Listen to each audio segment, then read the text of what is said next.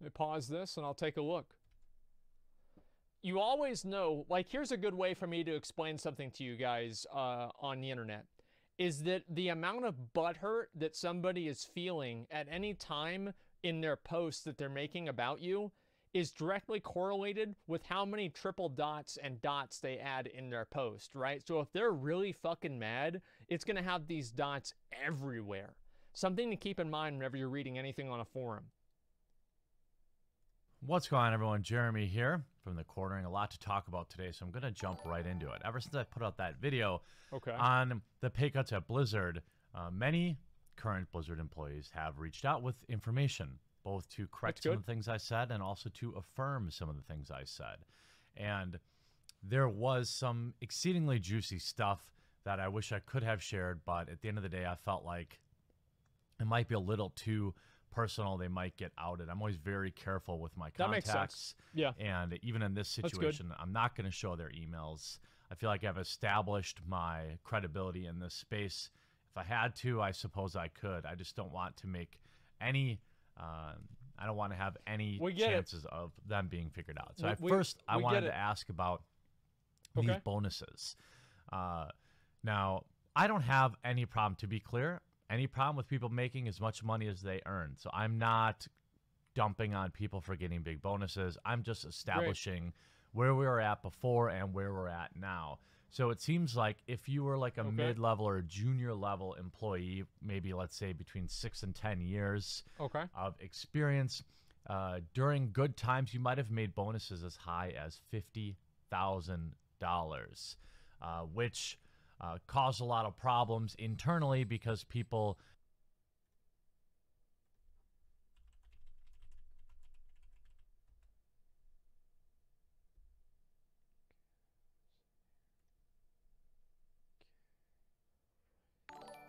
Which one should I do?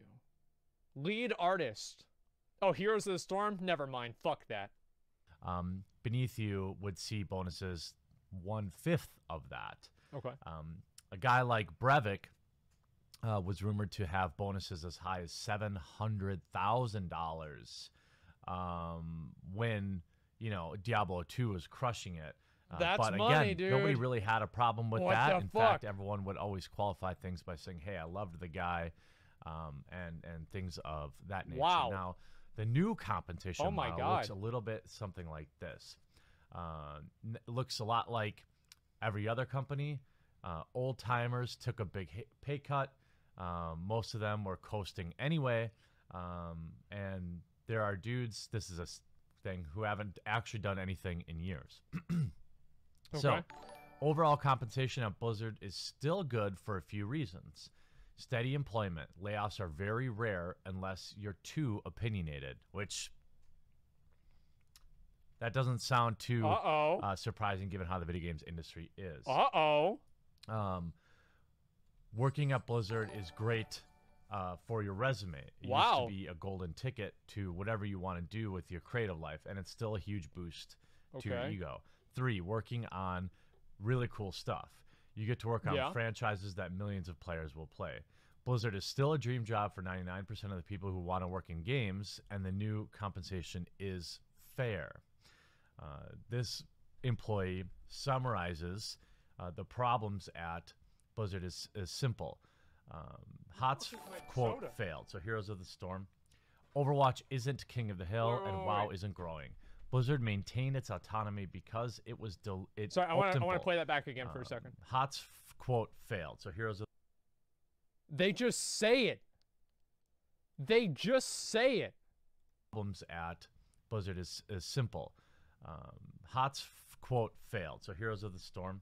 Quote. Overwatch isn't king of the hill, and WoW isn't growing. Blizzard maintained its autonomy because it was it only delivered hits. Now that they've got a few L's under their belt, outside forces are going to use this as an excuse to make power plays. This is basic corporate BS, and if the next game doesn't do gangbusters, expect the company to get more incorporated into Activision's empire. And then I talked to another employee about compensation, and this is what they had to say. Blizzard has had a lower base pay for its employees, but lures them with promises of bonuses. I was making about $90K before I was hired at Blizzard, and Blizzard only 90K. offered me $70K with the promise of 2 yearly bonuses, performance bonuses and profit sharing bonus. But as a mid-level employee, the bonuses cannot go over 10% of your base income. So after the change, if you were a standard mid-level employee, this ended up not changing your yearly amount that much. Sneaky Blizzard. Maybe it was even a raise considering how bonuses are taxed nearly 50% in California. So this is true. At a company I used to work with, we had big yearly bonuses, and they were huge numbers that, you know, it was cool to beat your chest and be like, I got like a $25,000 bonus. But you would get taxed up the ass on them. It's the people who have been here a long time that took cuts because their bonuses were much bigger. Executives got a lot more perks, including tons of stock options that normal employees didn't have access to. So I'm not sure how much they were affected, but the elder Blizzard employees were getting big checks. We call it old Blizzard money. There isn't many of these people left, but many of them silently left the company as soon as this went down. Base pay at Blizzard is still lower than company standard, industry standard, but you pay for your passion, and they know they can get away with it. Wow. That's dirty. Okay. So these are two different people coordinating the same idea that the pay cut was more so at the higher level. But this person also went on to say, corporatism is absolutely gutting Blizzard right now. Morale is extremely low. And then the next person I want to take some nuggets from. That's not good. At lengthy conversation. And I want to say that this person also went out of their way to respect David Brevik, saying, first and foremost, let me address the video of David Brevik. I have an announcement after this. Immediately ahead of all of this, I greatly respect David. I think his work is very solid, and what he and Blizzard North did was an amazing footnote in the history of PC games. Even the OG concept of Diablo was a claymation turn-based game. But the rant he went on was incredibly unwarranted and misinformed.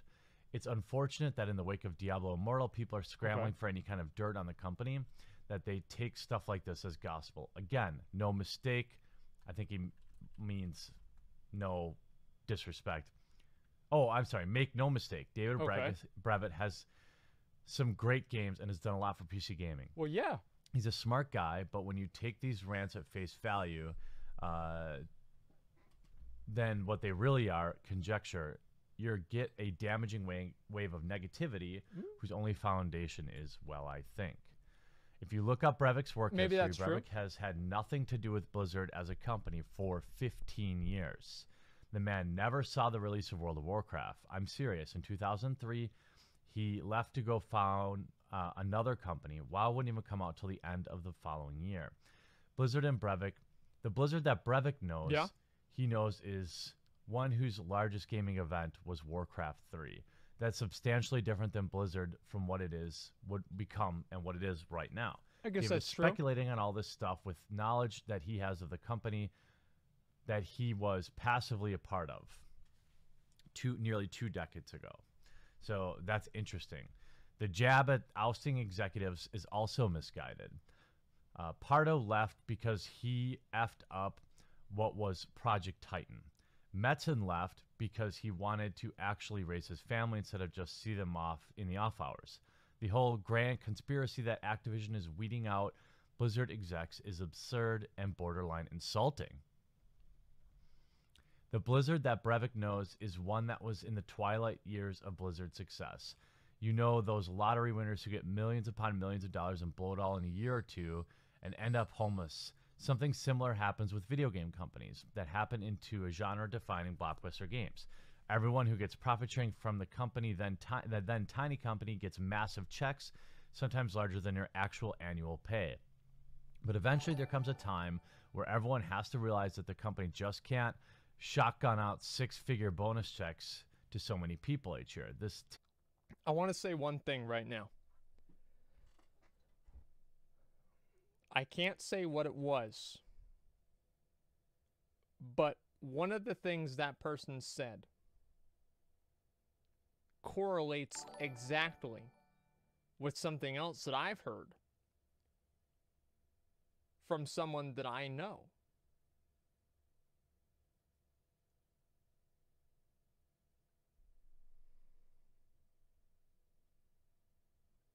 Typically what happens when either the craziness of the success rides the wave until the company is bankrupt and defunct from expense, or the company wants to play the long game and set themselves to still exist in the future.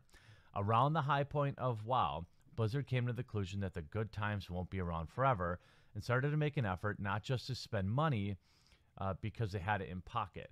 The Blizzard 600 layoffs in 2012 was the final moments of the transition from the party Blizzard to the business Blizzard. Part of this was profit sharing becoming more sane in terms of scale.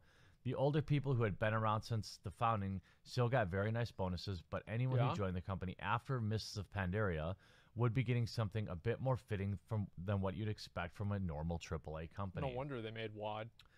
Now you want to talk about actual pay problems, let me lay this out for you. Those pay problems have been there for a very, very long time. This nonsense that was started by Activision is ignorant. And with Brevik, they were just covered up by profit sharing during the good times. Pay at Blizzard has always been low. Anyone who tells you otherwise either has a spouse who can support most of their expenses or work a job that puts them 3 tax brackets above the majority of the company. Wow. We work in the most expensive country in the U.S. State in the U.S. That's what I meant to say, California. US, sorry. And the pay is dismal to compensate for that. If you walk the parking lot, you'll see cars with Uber and Lyft signs on them for second jobs. I know at least 2 vans people that live out of campus and are homeless otherwise.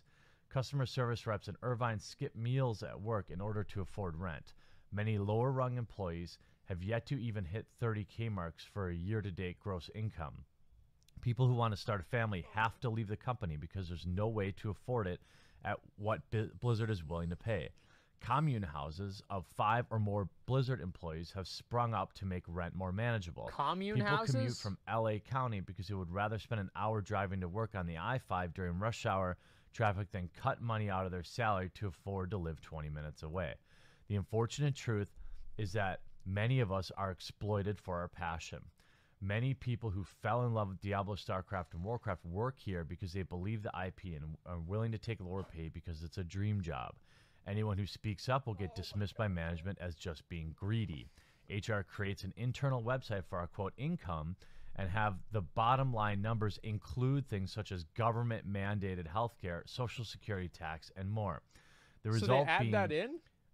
Money that is removed from my take-home pay being shoved in my face as if it were a higher salary. This is true. The school districts in Wisconsin do this too. The reason this exists is because if any of us were to take action, we'd be told that we're easily replaceable because so many other places want in on all that, want in on it all the time. So it becomes a choice, a project that you believe in and a game that your heart is dedicated to, or being able to afford a roof over your head. There was a brief glimmer of hope when the new CEO that we might be able to see change. Don't get me wrong, Mike was actually amazing, and he was always in the corner of the employees, but change to help make Irvine livable never came. But the recent fireside chat with Jay, the usual line of, well, we did a survey with a company that tracks salaries across the industry, came out and our hopes were dashed. Who knows if Blizzard employees will ever actually get the pay that lets them exist as humans and do more than just show up to work. I hope so, for our sake. Wow. Well, interesting rebuttals, and I think I'll just stop there. I have pages and pages and pages and pages of this, but the idea, I think the overall takeaway is Brevik was probably misinformed or using outdated information, talking about how, you know, the corporate takeover is happening, but also that it really stinks to work at Blizzard, that they do exploit people's passions. And this is very common in the games industry. This is very common if you look at a company like Wizards of the Coast, who produces Magic the Gathering, just read their Glassdoor reviews. Everyone says the same thing. They hired us because they know we loved Magic the Gathering, and they didn't pay us anything, and it sucked. And eventually, because I wanted to get on with my life, I had to quit. The idea that people are living in communes to afford to work at Blizzard is truly sad. I almost don't even want to believe makes that. Plenty of money. That seems insane. I'm not saying that, you know, they have to pay more just because. But if this is true, that's really unfortunate. And honestly, I just hope those people decide to find work elsewhere, because I don't think anything's going to change at Blizzard. Well, this doesn't paint a very good picture for working in the games industry, but I thought it was an important piece of information to share. And I thank the people who were brave enough to reach out to me as it's an important story to tell. Hope you enjoyed this video. We'll talk to you again real soon.